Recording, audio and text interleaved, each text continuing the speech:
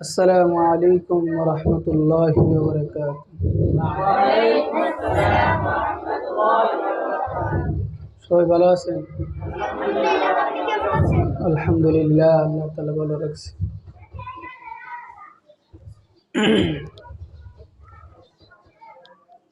আলহামদুলিল্লাহ, আল্লাহ রাব্বুল আলামিনের দরবারে প্রশংসা করি এবং শুকরিয়া আদায় করি যে মহান রব্বুল আলামিন আমাদেরকে এক একটি এলাকা থেকে যাচাই করে বাছাই করে হাজারো মানুষ থেকে আমাদেরকে বাছাই করে আল্লাহর কালাম শেখার জন্য মাদ্রাসা আসার এবং পাশাপাশি উস্তাদের সান্নিধ্যে থেকে এলেম শেখার তৌফিক দিয়েছে। ওই মালিকের দরবারে প্রথমত সবাই শুকরিয়া আদায় করে নিই, সকলে বলে আলহামদুলিল্লাহ। এই কোরআন শেখা সকলের সৌভাগ্য হয় না, আবার অনেকে অর্জন করে, সবাই ধরে রাখতে পারে না। এটাও কি আল্লাহ তাআলার একটা নমুনা, দয়া। শুধু কোরআন শিখলেই হবে না, কোরআন শেখার পাশাপাশি কি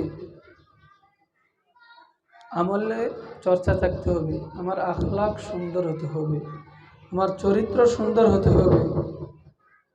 আমি বড় হতে চাই, আমার চরিত্রকে সুন্দর করতে হবে, আমার আখলাককে সুন্দর করতে হবে, আমার আচরণকে সুন্দর করতে হবে, আমার ব্যবহারকে সুন্দর করতে হবে। তারপর কোরআনের এলেম অন্বেষণ করা, কোরআনকে সিনায় ধারণ করা,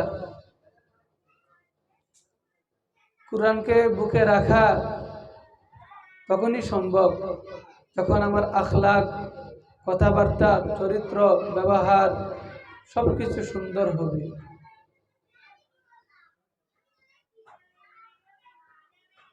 আর আমার আখলাক, চরিত্র যদি নষ্ট থাকে, আমার ভিতরে গুনহার কোনো কাজ থাকে, তাহলে কোরআনের এলেম পাওয়া সম্ভব না, কোরআনকে সিনায় রাখা সম্ভব না। হতে পারে আপনি অনেক জ্ঞানী, হতে পারে আপনি অনেক মেধাবী ছাত্র, কিন্তু সাময়িক সময়ের জন্য কোরআন আপনার কাছে যাবে, সাময়িক সময়ের জন্য, অল্প সময়ের জন্য কোরআনকে আপনি ধারণ করতে পারবেন। কারণ কি ধারণ করা? আপনি মেধাবী, আপনার মাথার মেধা অনেক আছে। এরকম জীবনে আমরা যখন একসাথে পড়ালেখা করতাম, বহু ছাত্র দেখতাম, অনেক ছাত্র ছিল, অনেক মেধাবী ছিল। মাতার মেধার কারণে আমরা যদি 1 পৃষ্ঠা করে 1.5 পৃষ্ঠা করে সবক দিতাম, 2 পৃষ্ঠা সবক দিতাম, আর মাগরিব থেকে এশা পর্যন্ত করে সে 1 ঘন্টা পড়লে তো 10 পৃষ্ঠা সবক হয়ে যেত। এরকম মেধাবী ছাত্র ছিল। এমনও ছাত্র আছে, আল্লাহর কসম করে বলতে পারবো, নিজের সাথীভাবে দেখছি 2-3 পৃষ্ঠার জন্য কোরআন শরীফ সবকও শেষ করতে পারে না, মাহরুম করে নিছে, আল্লাহ তার মাহরুম করে নিছে। এই জন্য শুধু কোরআন শিখলে হবে না, শুধু আমার নামের পিছনে টাইটেল লাগালেই হবে না যে আমি কোরআনের হাফেজ হইতেছি, কোরআনকে ধারণ করতেছি। কিন্তু যদি আপনার কারণে কোনো বেয়াদবির আচরণ হয়ে যায়, কোরআনের সাথে যদি কোনো বেয়াদবি হয়ে যায়, উস্তাদের সাথে যদি কোনো বেয়াদবি হয়ে যায়, বাবা মার সাথে যদি কোনো বেয়াদবি হয়ে যায়, মাদ্রাসার আমানতকে আপনি খেয়ানত করতে থাকেন, মাদ্রাসাকে আপনি ভালোবাসতে পারেন না, মাদ্রাসাকে আপনি নিজের মনে করতে পারেন না, তখন আপনার ভিতরে কোরআন থাকবে না, কোরআন আপনার কাছে যাবে না।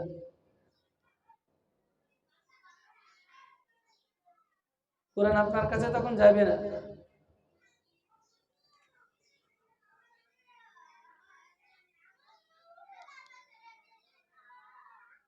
আপনি কোরআনের এলেম অন্বেষণ করবেন, কোরআন ছিনায় রাখবেন,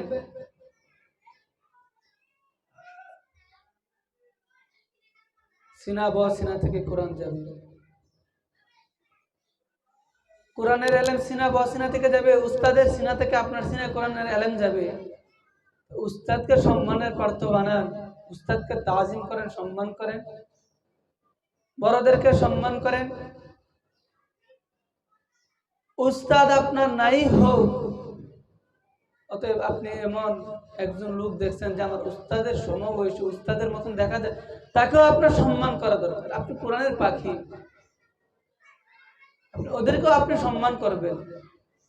আপনি তো তলেবি ইলম, আপনাদের সম্মান, আপনাদের মাকাম অনেক বড়, অনেক বড়।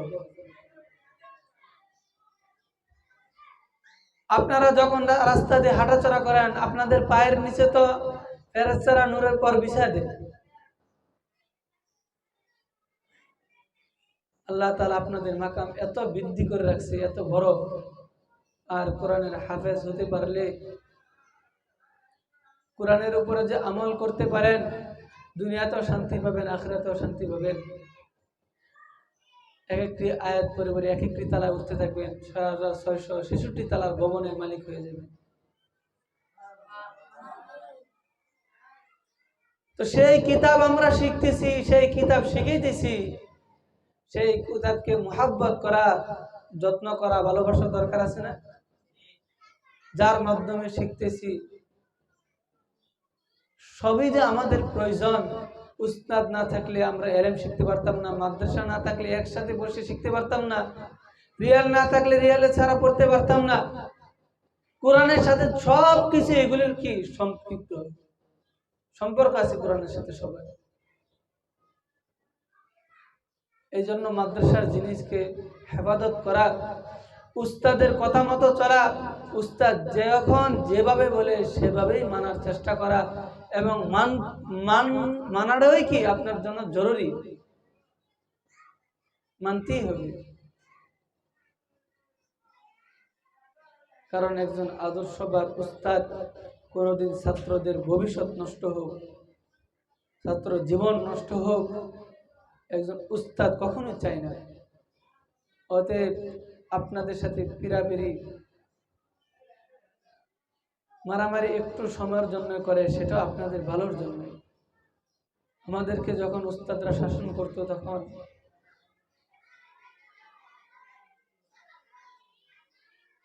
এখন বলি যে আর 2টা বাড়ি আমাদেরকে আরো বাড়িয়ে দিত, তখন আমাদের ভবিষ্যৎটা এখন যে অবস্থানে ছি তার থেকে আরো ভালো অবস্থানে থাকতে পারতাম। আফসোস করি, উস্তাদের কথা স্মরণ করে আফসোস করি। তখন আফসোসের কোনো কারণ আসবে না।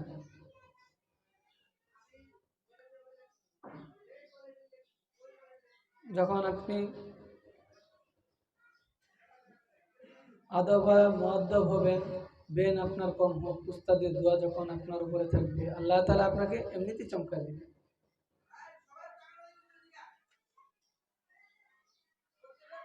বাবা মার দোয়া যখন রাখবেন,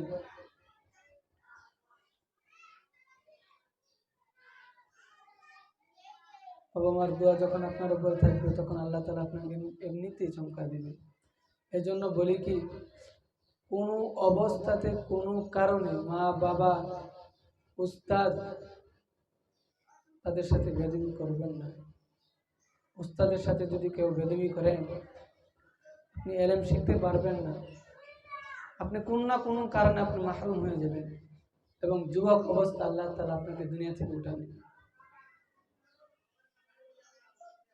কাজেই আপনাদেরকে বলবো, আপনাদের বাবা মার গান জড়ানো টাকা দিয়ে পড়াশোনা করেন।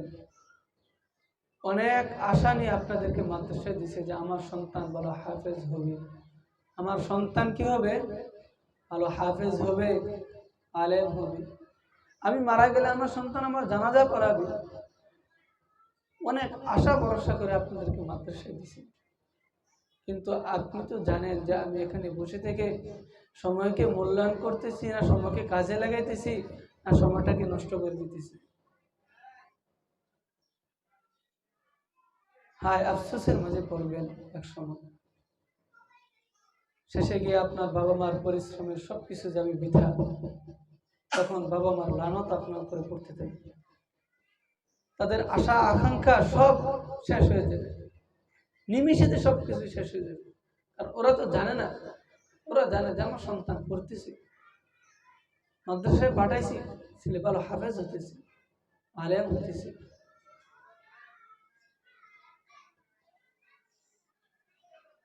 তারা আপনার কাছে আর কোনো কিছু চাই না, বাড়ি গাড়ি ধন দৌলত সম্পদ আপনাদের কাছে আশা করেন, সব কিছু বিলীন করে দিতেছে সন্তানের জন্য, শুধু আপনাকে ভালো মানুষের মতন মানুষ করার জন্য। এজন্য বলবো, আপনার আখলাক চরিত্রকে সুন্দর করেন। ছোট ভাই বড়দেরকে সম্মান করবেন, বড়দেরকে ভাই বলে ডাকবেন, নাম নিয়ে না। বড় ভাই বলে সম্মান করা, বড়রা ছোটদেরকে ভাই বলে ডাকবা, ছোট ভাই বলে ডাকবা, এতে কোনো সমস্যা নেই। অনেক ছাত্র অনুপস্থিত, অনেকেই অনুপস্থিত, প্রায় অর্ধেক ছাত্র নাই।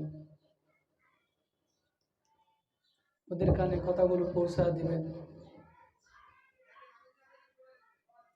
আপনাদেরকে গতকালকে একটা হাদিস শুনেছিলাম, সিবাবুল মুসলিমু ফুসুকু ওয়া কিতালুহু কুফর।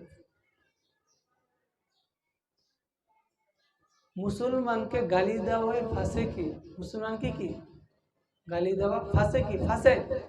আর মুসলমানকে যদি হত্যা করে তাহলে কুফর হয়ে যায়, কুফরি হয়। আমার সাথী ভাইয়ের সাথে উঠা বসায় আদব নিয়ে কথা বলা দরকার, যাতে আমার কারণে আমার অন্য ভাই যেন কষ্ট না পায়, সেদিকে লক্ষ্য করা, সেদিকে খেয়াল করে চলা। আরেকটা কথা বলেছিলাম, যে একটা উদাহরণ দিয়েছিলাম, আম গাছে যখন বইল আসে আম ধরার জন্য, যে এমনিভাবে সব বইল আর থাকে না, আস্তে আস্তে জড়তে জড়তে কিছু পড়ে যায়, তার ভিতরে কিছু আবার আম আসে ঝড় তুফানে শিলা বৃষ্টিতে, থাকে না, তার থেকেও পড়ে যায়। তারপরেও কিছু থাকে, কিছু ছেলেপেলেরা ডিল দিয়ে বাইরে আগে খায় নেয়। মাদ্রাসার সিস্টেম এমনি। এখানে যারা আছেন জানি না আল্লাহ তাআলা কাকে কবুল করছে, যার চেষ্টা মেহনতকে কাজে লাগাইছে, মান জদ্দা ওয়াজাদা, মান জদ্দা ওয়াজাদা, যে চেষ্টা করে সে কি পারে, যার চেষ্টাকে কাজে লাগাইছে আল্লাহ তাআলা তাকেই রাখবে, তাকেই দিনের পথে রাখবে, তাকেই দিনের খাদেম বানাবে, দিনের দাঈ বানাবে, দিনের খেদমতে লাগায় রাখবে। চেষ্টা আল্লাহ তাআলা তো বলেছেন, বান্দা তুমি আমার দিকে এক হাত অগ্রসর হবে, আমি আল্লাহ তোমার জন্য 2 হাত অগ্রসর হব। আল্লাহ তাআলার ওয়াদা, আমার দিকে তুমি হাঁটে আসো, আমি তোমার দিকে দৌড়া যেতে থাকবো। আমার দিকে তুমি হাঁটে আসবার, আমি আল্লাহ তাআলা তোমার দিকে কি দৌড়া অগ্রসর থাকবো। এটা মহান রব্বে কারিমের ওয়াদা। তাই আর আপনি কি করছেন? বেঈমান, নাফরমান, ইহুদি, খ্রিস্টান, নাসারা, বৌদ্ধদেরকে আল্লাহ তাআলা রিজিকের অভাব দেয় না, তাদেরকে আল্লাহ তাআলা দুনিয়াতে খাওয়াইতেছে। তা আমি আর আপনাকে কেন খাওয়াবে না? আমি আর আপনি কোরআন পড়ি, কোরআনকে মহব্বত করি, জান্নাত আমাদেরকে কেন আল্লাহ তাআলা দিবে না? অবশ্যই আল্লাহ তাআলা আমাদেরকে জান্নাত দিবে, কিন্তু আল্লাহ তাআলার বিধি বিধান প্রত্যেকটি সবকিছু মেনে চলতে হবে আমাদের, আল্লাহর অনুগত স্বীকার করতে হবে। তখন হবো আমি আর আপনি 6660 তলার ভবনের মালিক।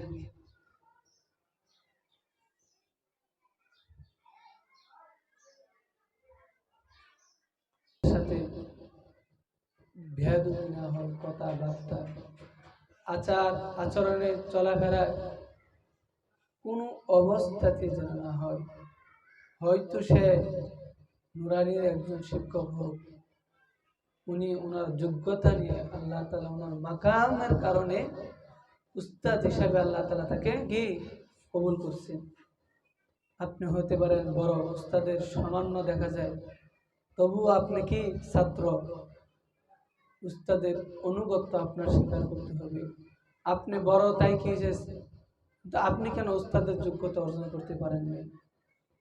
যখন আপনি উস্তাদের যোগ্যতা অর্জন করতে পারেন তখন আপনি উস্তাদ দেবেন। সেই পর্যন্ত আল্লাহ তাআলা যে আপনাকে কবুল করে সেই পর্যন্ত যোগ্যতাকে অর্জন করতে হবে। এই জন্য বলি, উস্তাদ ছোট হোক বড় হোক, চাই নুরানির শিক্ষক হোক, উস্তাদকে তাজিম করা, সম্মান করা, উস্তাদের সাথে চলাফেরা, আচার ব্যবহার, কথাবার্তা অত্যন্ত সতর্কভাবে বলা। যখন আপনার ভিতরে আদব থাকবে তখন আপনাকে আল্লাহ তাআলা বড় করে দিবে। হয় আপনার মাথার ব্রেন কম থাক, আপনি চেষ্টা করেন জাদ্দা ওয়াজাদে হাদিসের উপর আপনি আমল করতে থাকেন।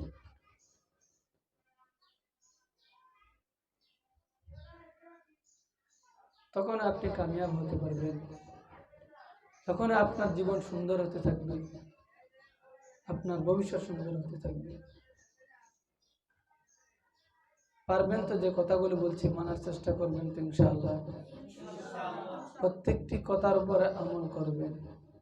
তাহাজ্জুদ পড়ে আল্লাহর কাছে চোখের পানি ছেড়ে, চোখের অশ্রু ছেড়ে আল্লাহর কাছে দোয়া করবেন, হ্যাঁ আল্লাহ, আমি তো আপনার কাছে আর কিছুই চাই না,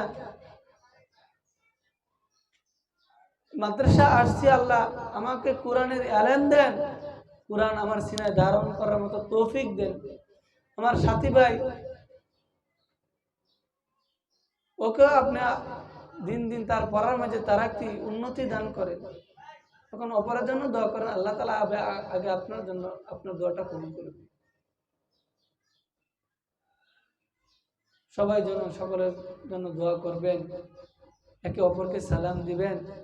সালামের জজবা যখন আপনাদের ভিতরে বেড়ে যাবে তখন আপনাদের ভিতরে মারামারি কাটাকাটি এগুলি হবে না, সবার ভিতরে খালি আন্তরিকতা আসতে থাকবে, মুহাব্বত ভালোবাসা আসতে থাকবে।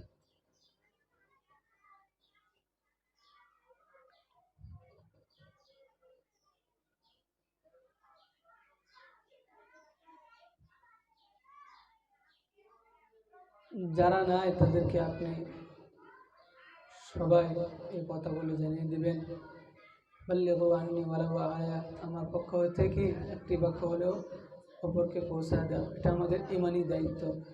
এই হাদিসের উপরে আমল করার চেষ্টা করবেন। বিগত অনেকদিন যাবৎ সপ্তাহখানে ধরে মস্ক হয় না, আমি অসুস্থ ছিলাম, ছুটিতে ছিলাম, আপনাদের সাথে কথা হয় না। তো সকলে মস্কর জন্য তৈরি হই। আমি যখন আপনাদেরকে মস্ক করাবো, যখন আমি পড়বো, আমার মুখের দিকে তাকাইবেন, হরফ কীভাবে উচ্চারণ করতেছি, মুখের কাইফিয়ত কীভাবে উচ্চারণ হচ্ছে সেদিকে লক্ষ্য রাখবেন, খেয়াল করবেন ইনশাআল্লাহ। যে কথাগুলো বললাম সে কথার উপর সকলকে আমি কদমকে আমল করার তৌফিক দেব এবং সকলকে এই কথাগুলো মানার তৌফিক দেব। সকলে বলে আমিন।